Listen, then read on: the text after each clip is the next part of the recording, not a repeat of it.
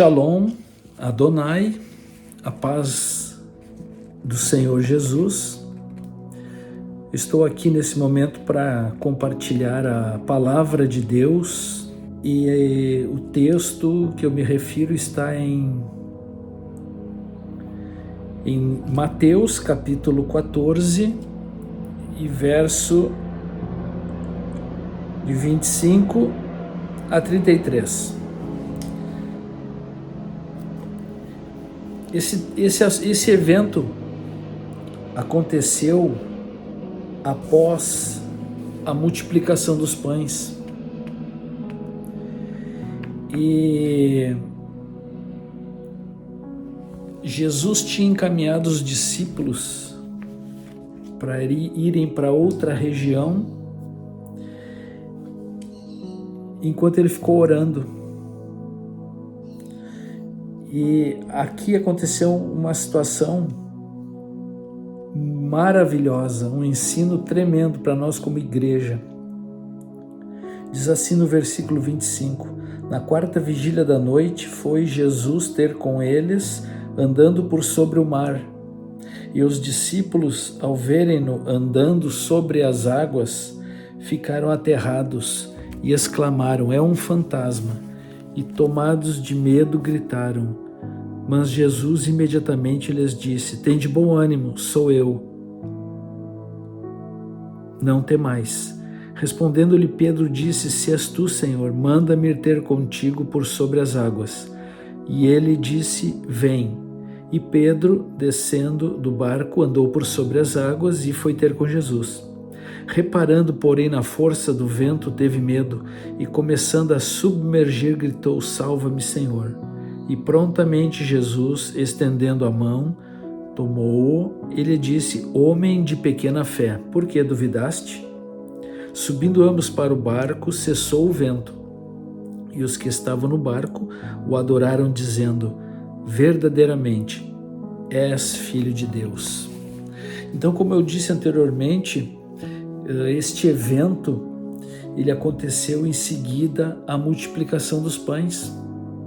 E os discípulos que estavam sozinhos no barco, eles tiveram que enfrentar as intempéries, vento contrário, o açoite das ondas. E isso começou a gerar uma preocupação neles. Eles começaram a sentir o efeito da tempestade, porque alguns deles ali eram pescadores e eles talvez conhecessem muitas histórias de pessoas que passaram dificuldades por causa deste quadro de ondas e ventos contrários.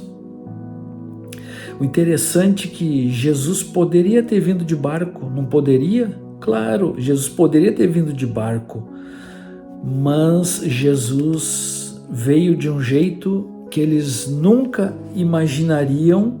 Jesus veio de um jeito contra a lógica, Jesus veio de um jeito contra o bom senso, Jesus veio de um jeito desafiando a razão dos seus discípulos. Isto levou eles a concluírem que era um fantasma. Eles ficaram aterrados, ficaram desesperados. Porque se Jesus vem de uma forma dentro da lógica, da razão, do bom senso, eles veriam: aquele ali é Jesus, mas ele veio de uma maneira diferente, que a mente deles não estava programada para vivenciar esta experiência. Aí eles estão gritando e dizendo que é um fantasma, e Jesus vem e se identifica para eles. Primeira coisa, ele diz: tenham bom ânimo. Ele veio levantando já o ânimo deles, que viu os homens totalmente desanimados. Ele disse: sou eu, não temais. Jesus tinha essa característica de dizer não temais, de tirar o medo das pessoas. Mas interessante que Jesus disse: sou eu. E Pedro disse para ele: se és tu, Senhor. Ou seja, Pedro ouviu Jesus dizer: sou eu, mas ele precisava de um complemento. Ele precisava de algo mais que viesse a fortalecer ele, que viesse a trazer conhecimento para ele. O fato de Jesus dizer sou eu não quis dizer toda a realidade que ele esperava, então ele pediu um complemento e disse: se és tu, manda-me ir ter contigo por sobre as águas. Ou seja, sabe o que Pedro está dizendo nas entrelinhas? Se és tu, me manda eu fazer o que tu estás fazendo. Ou seja, se és tu, manda-me eu andar sobre as águas do mesmo jeito que tu estás fazendo. Até porque Pedro tinha visto Jesus curar os enfermos falando, ele tinha visto Jesus ressuscitar os mortos falando, ele tinha visto Jesus expulsar os demônios falando, então ele precisava desse requisito. Ele estava, em outras palavras, dizendo: Jesus, fala, porque se tu falar para mim andar sobre essa água vai virar um chão para mim. Então, a esta altura, imagina só que tinha 11 com Pedro dentro do barco. Quem sabe ali teve alguém falando, algum comentário paralelo, dizendo: Pedro, tu és só um pescador, ele é Jesus, como é que tu está querendo fazer o mesmo que ele? Um outro poderia dizer: ele anda em cima da água porque é Jesus. Mas Jesus, sabe o que Jesus falou para Pedro? Vem. Jesus não ficou contestando Pedro. Jesus não disse: Pedro, fica na tua, o que tá te achando? Pelo contrário, Jesus já veio sobre as águas, já veio de uma maneira diferente para nos dar uma grande lição. E quando Jesus fala para Pedro: vem, ele estava mostrando parte da salvação que ele veio trazer para nós. Porque a salvação é um grande pacote. A salvação te leva para o céu, a salvação salva o teu espírito, a tua alma, a salvação salva o teu corpo, a salvação salva até o teu bolso e a tua conta bancária. E um dos aspectos dessa salvação que Jesus veio trazer para mim e para ti é que ele veio restituir para nós, para a igreja dele, o sobrenatural de Deus. Ele veio restituir o extraordinário de Deus. Ele veio restituir o extravagante de Deus, porque este sobrenatural, este extraordinário, este extravagante de Deus, Adão, lá no jardim, ele não perdeu isso.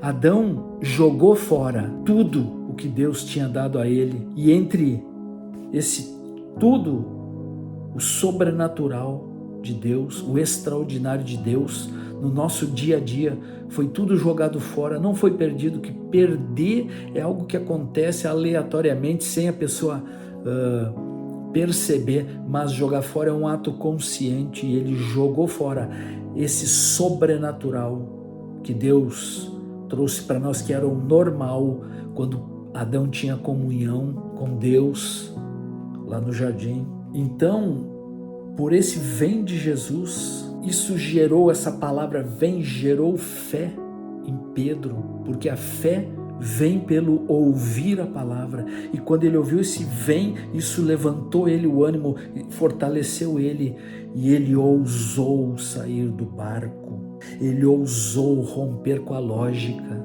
ele ousou romper com o bom senso, e decidiu ter uma experiência fantástica com Deus.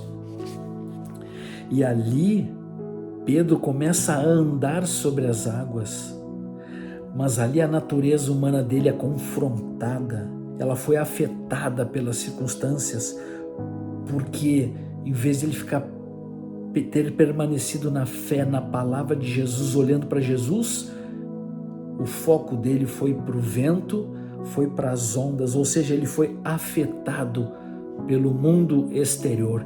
Isso é uma característica que trouxe a todos nós pela queda de Adão, e ele foi confrontado com esta realidade. Os fatores externos, os fatores do mundo exterior influenciaram ele, e ele passou, em vez de agir na fé como um homem espiritual, ele agiu como um homem natural. E para um homem natural não é lógico, não é de bom senso, não é de bom tom, como se diz, que ande sobre as águas. E nesse momento ele afundou. E ele clamou por Jesus. E Jesus estendeu a mão para ele. E sabe o que Jesus falou para ele? Homem de pequena fé. Os outros 11 que ficaram dentro do barco, eles eram os bonitões da vez. Eles não receberam esta palavra homem de pequena fé. Só que o que diferenciava Pedro deles agora é que no currículo do Pedro, ele podia dizer, eu andei sobre as águas. E os discípulos que estavam no barco, agora eles podiam dizer, eu vi 2 pessoas andar em cima do barco, em cima das águas. Uma é Jesus e a outra é Pedro. Ou seja, Pedro tinha no currículo dele, ele andou sobre as águas e afundou, foi chamado de homem de pequena fé. Porém, ele ousou. Sabe o que aconteceu? Esse mesmo homem que afundou, que foi chamado de pequena fé, é o mesmo homem que mais adiante a sombra dele curava. Pedro não parou naquele dia. Ele foi chamado de pequena fé, mas ele aprendeu. Tanto que ele se tornou um homem, que você pode ler no livro de Atos, que a sombra dele curava. Oh, glória! Glória a Deus por isso. Cuidado, se você quer experimentar o extraordinário de Deus, o sobrenatural de Deus, o extravagante de Deus, seja ousado. Jesus deixou um princípio que os milagres seguem os que creem. E sabe que crer e fé tem diferença? Crer é quando você pega esta fé e coloca ela em ação. E os milagres não vão na sua frente, eles vão lhe seguir. Por isso tem que ser ousado. Você vai ter que fazer o que Pedro fez, porque se você ficar no barco, sempre vai ter alguém para dizer, olha, pensa 2 vezes, olha, eu acho que isso não é um bom senso, toma cuidado, e você não vai experimentar o melhor de Deus para a sua vida.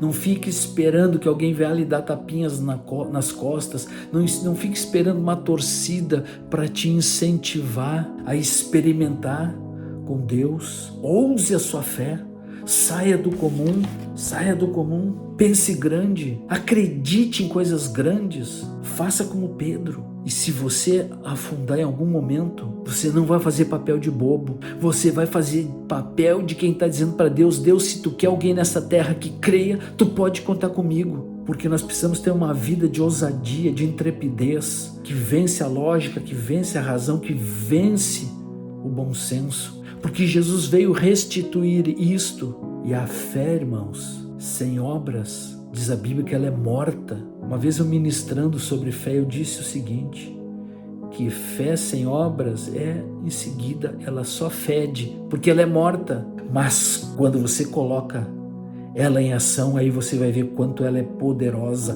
maravilhosa, extraordinária. A fé, ela abre os céus, a fé traz presença de Deus, porque quem faz milagre ainda hoje é Deus, mas quem ainda continua provocando os milagres somos nós. E a igreja tem que sair dessas férias, da letargia e começar a crer e agir, sair de dentro do barco.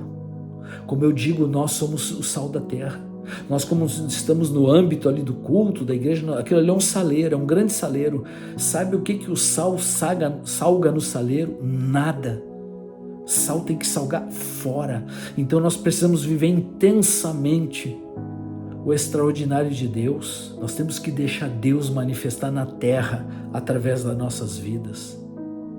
Então lembre, Jesus veio nos restituir o sobrenatural de Deus, o extraordinário que Adão um dia não perdeu, mas jogou fora.